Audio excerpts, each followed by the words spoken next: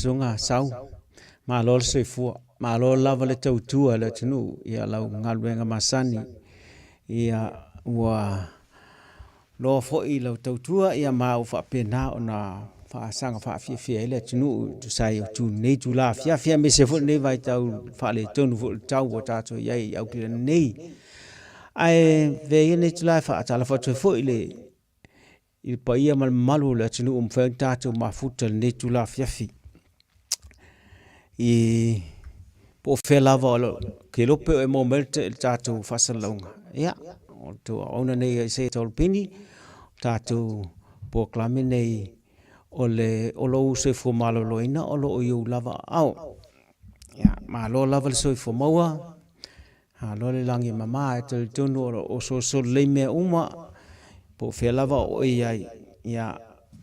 o lo fangia pele tu lo tu so fo ma tu ni ola fa pena ona so le me uma I lona lo famalo na ngalei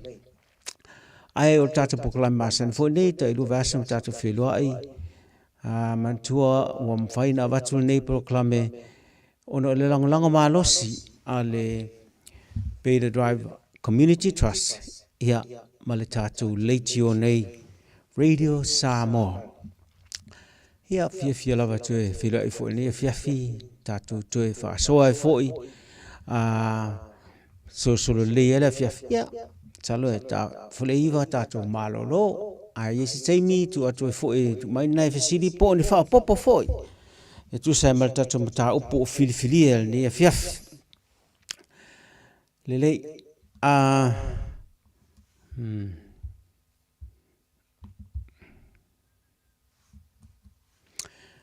ole mta upo fili ni fiaf wa mnatu la se ta tu tal no Ifa mai ne lua o le fa itinga ma le fever rheumatica. Sa tatu tala no fu le mta opuni to sanga te nei. Le la wo toe tatu te fa longo fu ni to la le anga ele o fa ititia pele le anga ilumo o ngase nei fa mai ai yei fi pitanga o fa mai e wi ana ese fa mai ne lua ai yei lo na pitanga le la tatu wo te le fia finei le fa itinga ma le fever rheumatica le pe ona fa atu ese fa mai ne lua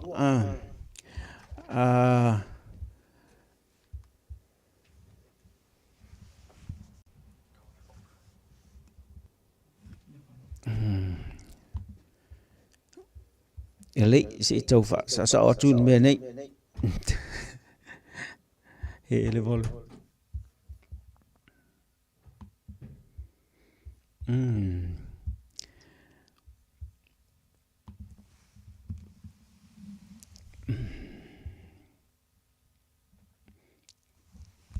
Kaka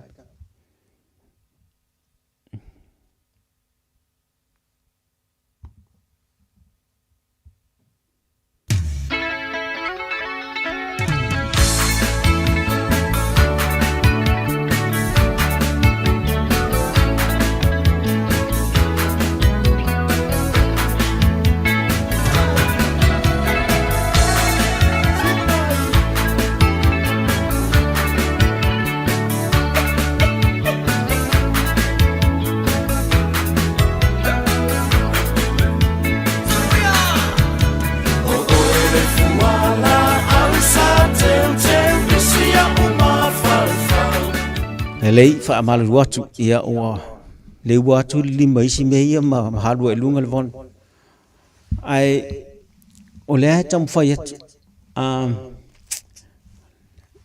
ko te li e lua fa mai le tatu tano le fefine o le fa mai mo o le fa itinga sala o le ngase tau fa I ai matulia la e tele toi nga tinga ese fai e tele mafuanga le mafuanga tasi ale tuliloa o le mafuanga mai ile siama ta o le group A streptococcus ia fa fa ngo fian tau langa fa si umilingo tau wa ole strip throat ia fa pupu nga ole ngola nga fa maila mo strip throat ma fo Malaysia manga streptococcus al fa mailon lua al fa mai tau rheumatic fever ma al fa mai nai e ma fo mai le pupunga fa natural ol tangata lava ia wa fa le tonu i le taimina na o fa ia il siama le ma fo le fa itinga ai la tatu si vai mo mola i le fa itinga mai tau mai pe ono fa atu o le siama e fa pupu ai tau o le streptococcus na le tau o le strep throat tinga lo fa i lo no winga o la wa yel siama i tonu fa i siama la wel siama al na fo siama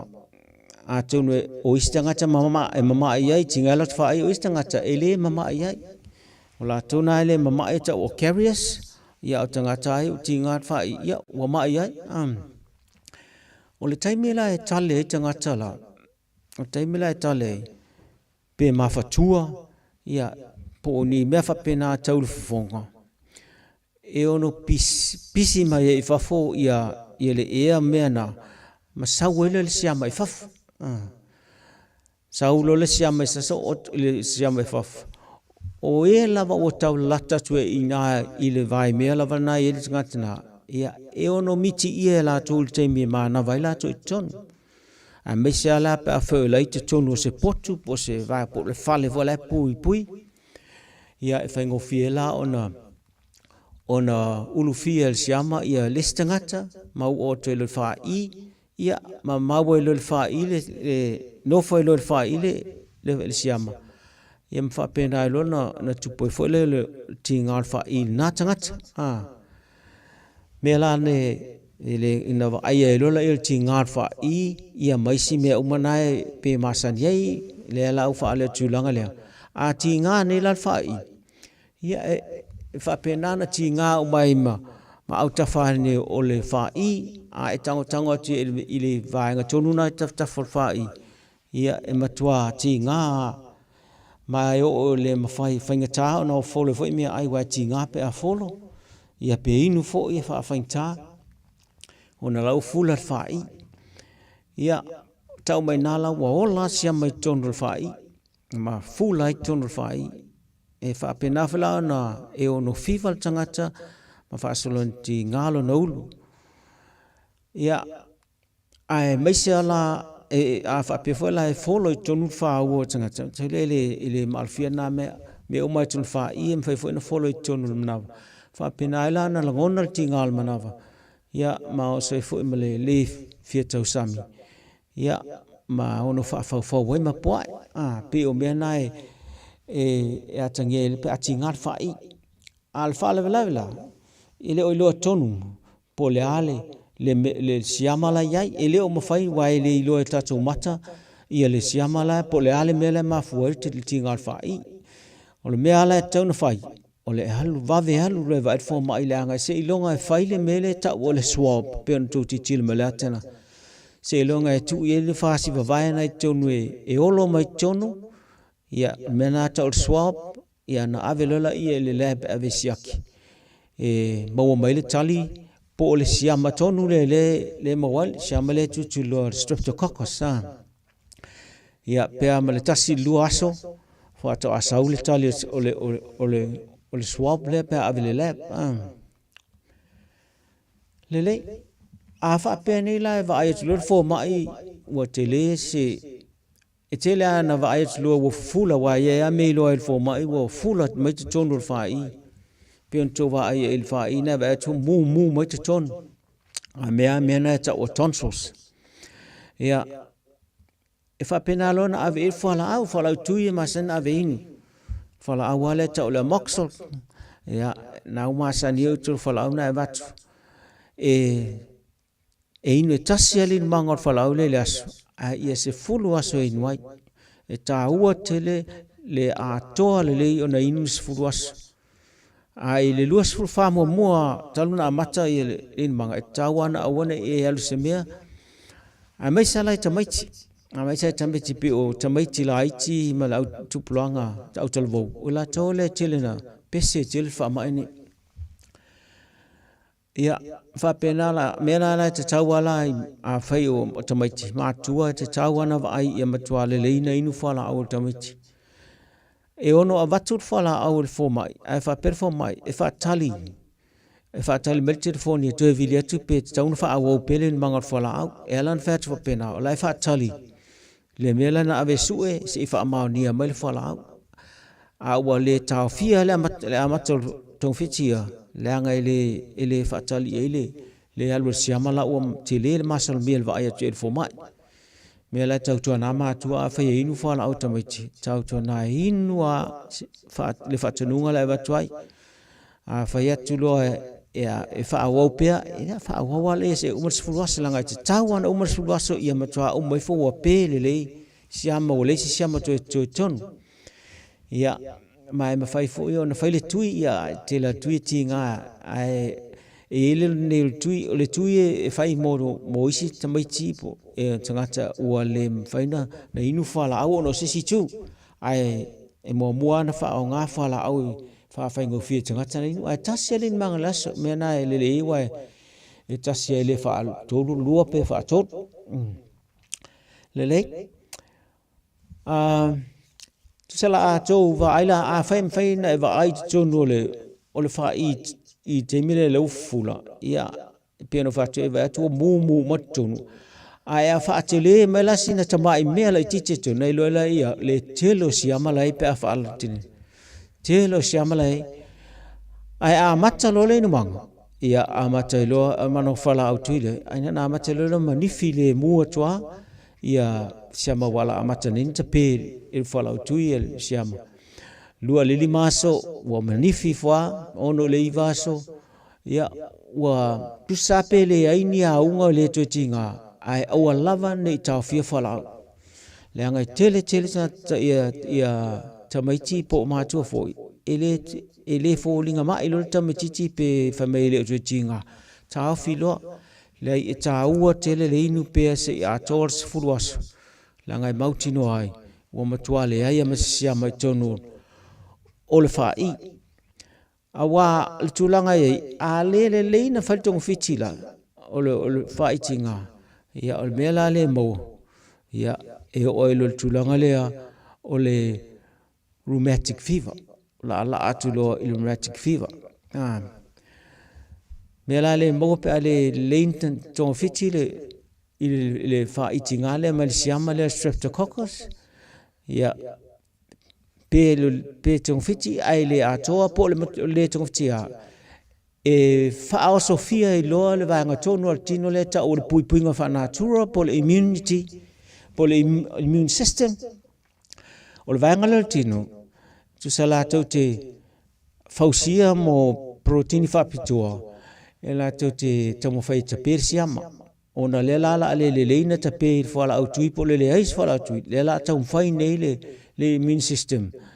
po le pupunga whana atua e whawhaula mea protein whapitoa la ia ta o antibodies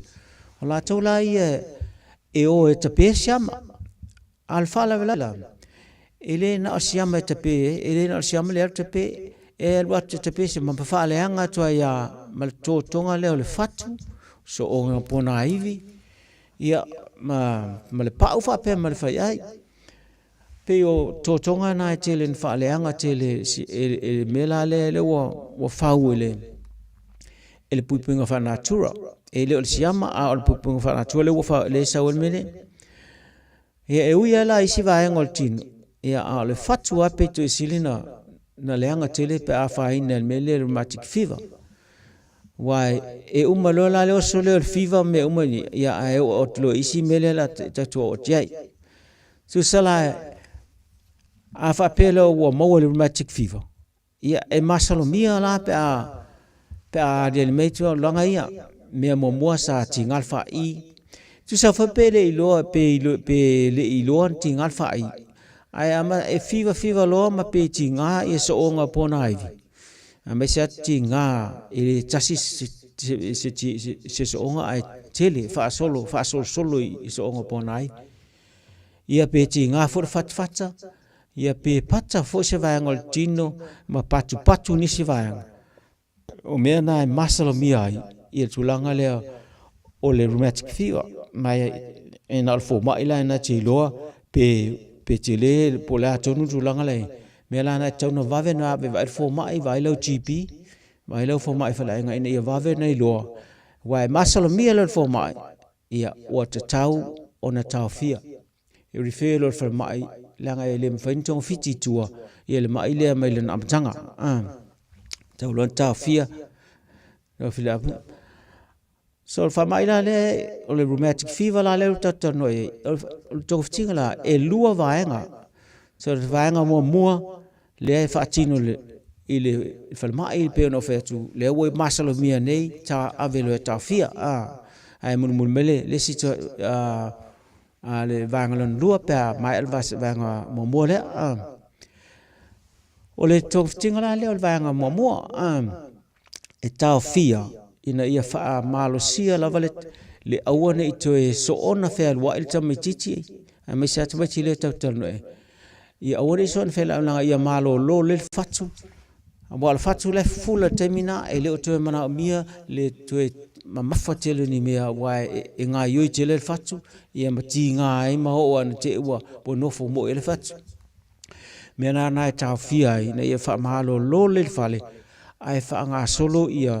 ia suenga ma me uma sai di sanga fa mau tua tilile ia le toftinga ia ma fa pe ma fa awisi ia me tona fai langa it's tau fa fai ia fala au po baila au tau fiti me ti ngal tino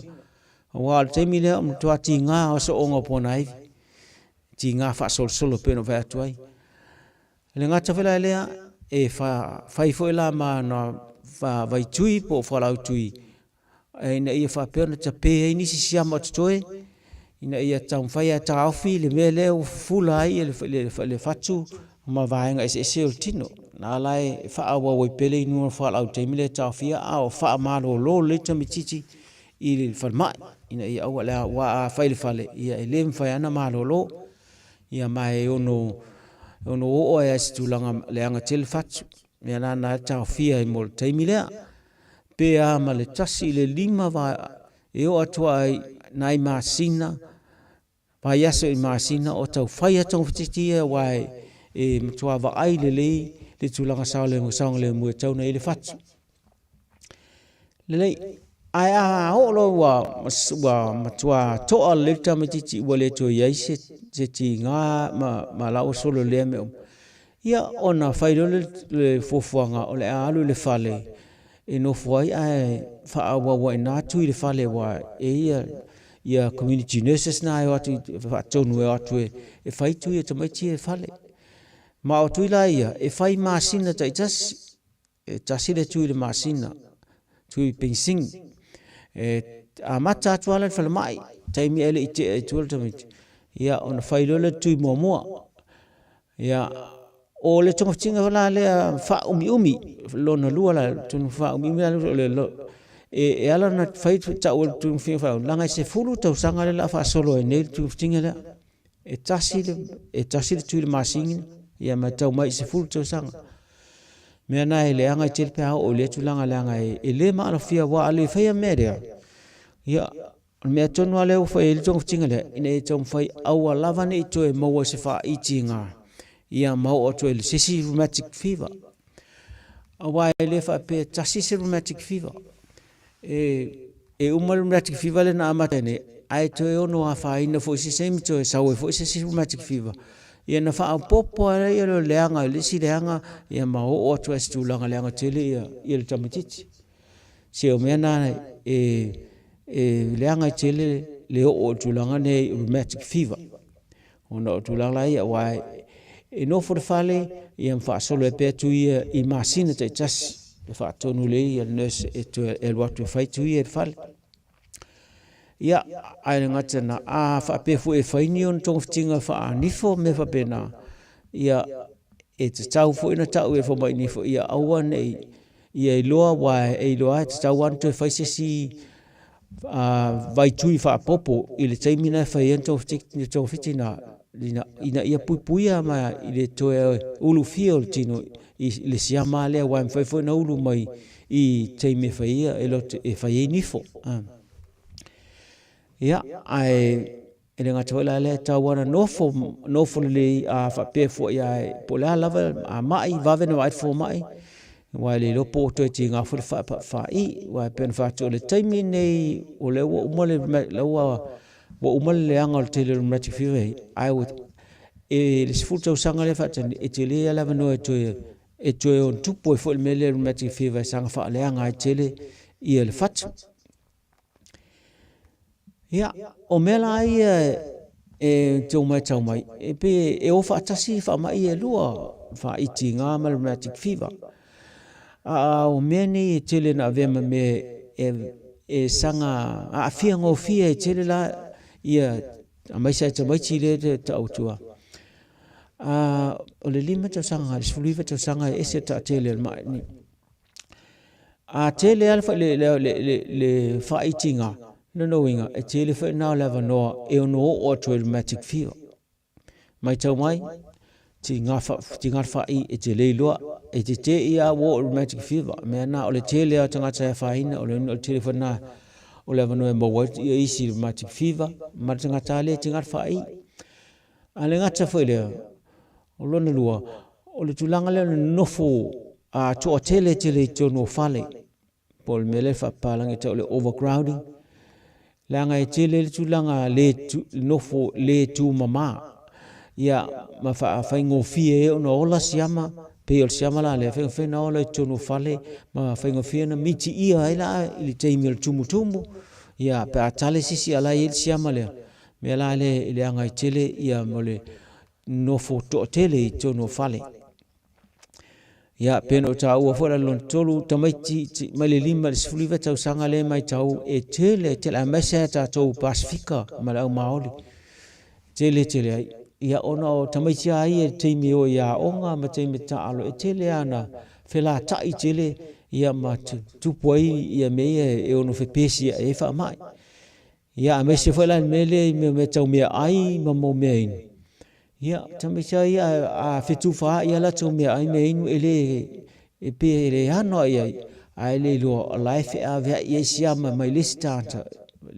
listangata me na tau fai fautua e tawana ave me ia me ai tamaiti mala fangu vai e tamaiti e fal ile ao le la fa saun fela ina ia fa ti pe pesi fa mai nei I tonu aonga wai le loa ile pesi mai lista mititi ia malesi me mai taulia e ia ainga ia le toto tua a fo ia le tulanga lea fa mai te tasi pela fa mai la e no sau foi la lungo le ainga me la na e a faina yesi sina mo rheumatic fever ya sola ia e no mo foi inisio fa nauma e fai mai e wa tau ola so le ilo tau tili fa longo ni fa mai ia ai asa e le ilo ia a nei ya wa al foi lungo ma malama mai lo ai le leanga tele me le fa itinga e ma fu mai il fa siama le streptococcus ia o totonga na tele na leanga tele pe o le mele rheumatic fever pe a mata malef o le fatu ale me e sil pito sil leanga awai e umalo le fufula solo o vai ngal fatu me na ma fu rheumatic fever o tilo le mele to fa longa sei o le rheumatic heart disease tu sa lau matua ma I mo ia le fatu I mena a mesa la I mo vai ngol fatu le I mo me o valves ia po me o fight to ai e controlling le tafele ale toto mai le potu to no le fatu mai wa tau tele ia mai o tua ia ele solo le so fo malo le no tamo ti pa fa solo to matua me na le anga tele fatu pa il fa mai nei ia e mo ia le anga fo ia so onga ponai ia na sina taimi tingal terminal ta rheumatic fever terminal la e tingal so onga ponai ia e o fo I le pau e ono mai tau ini me pata I vai ngol tinu pe patu fo ini me vai ia a faina fo le fai ai e stanga mena e te ia o minoi te mititi ai le se mafuanga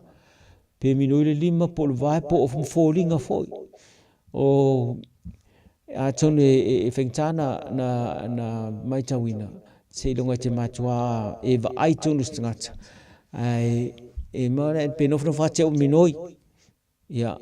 o afai o mena e afai ta o afai ngale e afier fa ai ia mai o no afai na fo fatunga ai le rheumatic fever la na pe afai na fatunga indi sia male tas ai afai na ia totonga na e fa o le fatu so onga pona aivi o fai ai fa pe ma pa o tin o me umana e afia ile me tau o le rheumatic fever ia o le tu fa singala le o le tinga fa ia nga ile siama nga ile rheumatic fever pian to vai to le tu tau vale pe lunga tinga lo fa I na wa ai to tinga wa fa I ai vai fo tun fa o le fa I o e me mumu pa e mai simia ia wa te tau lona fai o le swap lona fa tu ia ta fa mautinoa o le siama lea wai taimi e fa mautinoa loa e te tau ana inu fala au ia fala au tui mo le sifuruaso awa lava nei fa tamale ni mau fala au lea wai toe fo ia e le atolo e toe fo ia ilunga le tinga fa ima fa penana o le tulanga leanga le tu vai te ile tulanga la ale to ale le leina na to fiti ia le fa itinga ia e o tolo I ma tulanga na le ma il fatu ia ma te tinga ba so nga pona ai fa pe ma le fa ia ma le pa o tino na e o tulanga e no pat pe o mela na tu fa singala na o le ainga ile sau ma le fa itinga se o ale fo in le ia wo o lo rheumatic fever ia o ala me ona fai tau puipuia mai nei me o fa itinga ma le rheumatic fever ia na to fa fonga ia I me pe o ta wa mata mali me mo na o le mama no foanga no foi wa ale mama ia mata tual tanga tala vaia I lona ia tu mama o le me no foi ia mama fa pe vel si so manga ina ia matua I tu tia ia vaenga o no ola ni me o siama wala ngai le ni me em fai ngofiana I lo I mata ile faina e vai ai me na tawana tu mama te ia matua fa tia nei me o siama ia awaine I to le anga fa fa pena fona ati nga afai a ole wo tinga fa ia ole me taun fai ole vavelona a vai fo mai awol fai me tu awai o tele ina manatu ma tele I tangata nemel tinga fa ia lo to fa fonga mai e o lava I le leanga le fatu ia mai si vanga en pe o tau me nai ia vavena fai ia vavena ave vai fo mai nei a mata tonga fiti ia ta ofi mata pesia ma ne I fafangu mai ne I o so mai le vanga le pupunga fa natura ia ono o lola ia ole ile tulanga le o le rheumatic fever rheumatic ia ma tau a fairo toftinga lo su fatu la mua tana mata to fiti te tawana no for tamiti fale po te matu po dan matu no for fale awone ia lu se mea o ye mask e fa ngar mask na taimi I fale ia awaine I pesi atu forces me na tawana pui le lo su fatu la ia ona fa pena infanto ya umalo su fata infana lo e faisi me pa fa le maros a inu pe fa la e fauto ina le inu fa la au ile taimi e tasi na ia awaine I ngalo ia ma fa wo pe pena a fai a te wa ngalo e te tawana to inu vave taimi man tuai vave to inu se vangana wala lata tira ile nai tu lao o te me inu ia te fa te se o te mina alo no winga la o la te fa populasia se tas ina wa ina e tau fa ia fa uma fa la au ia na va to inu ma o pupuinga foi le e ono swap foi le ainga atoa pe a fai ua fa umi le fa mai a fa umi le fa mai te metiti o la ve so le fa itinga ia e ono fa tuaina le ainga atoa fai swap ina ia i lo po gai mo la ainga la ma o siama le o le si meta o te ne lo fa tasi ne fa mai foi si leva foi ai le iai ma se tui pui e pe tato fa lo nei tui pui le e o le mau fa mai me ala na ile ai era se tui pui e te tau ala na fai manai tau si mai me na fa tu atoi ina ia ma tua fa tia le ava no e ono a fa ina ile siama le o le streptococcus e ti ngal fa I ma o to le rheumatic fever le ia la fai sen tato malolonga ai sau ni mai sau fa po sau po sau fasili fo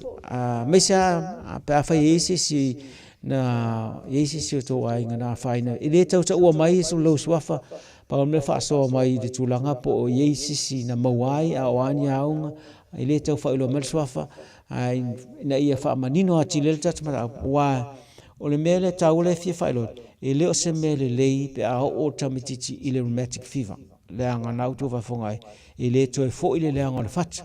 e luanga ma le anga tua ia fa pena ia le da fa sta to malong